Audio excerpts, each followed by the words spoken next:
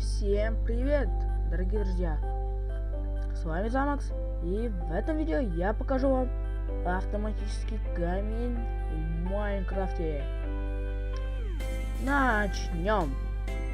Итак, для автоматического камина нам нужен любой несгораемый блок, адский камень, липкий поршень, железные прутья, диспенсер, редстоун факел, это рычаг и, конечно же, зажигалька.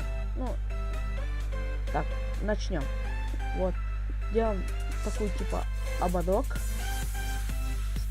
ставим сюда диспенсеры и под ним ломаем блок на 3.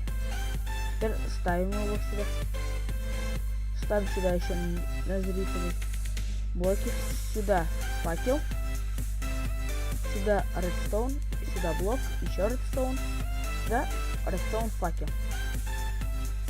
А в этих в диспенсеры ставим зажигалку. И все закрываем железным прутом. Нажимаем, он включается. Отжимаем, выключается. Ну вот и все. Ой. Ну вот и все. Вот такой простенький механизм. А на этом все, дорогие друзья. Подписывайтесь на канал, ставьте лайки. А с вами был Замакс. Всем удачи.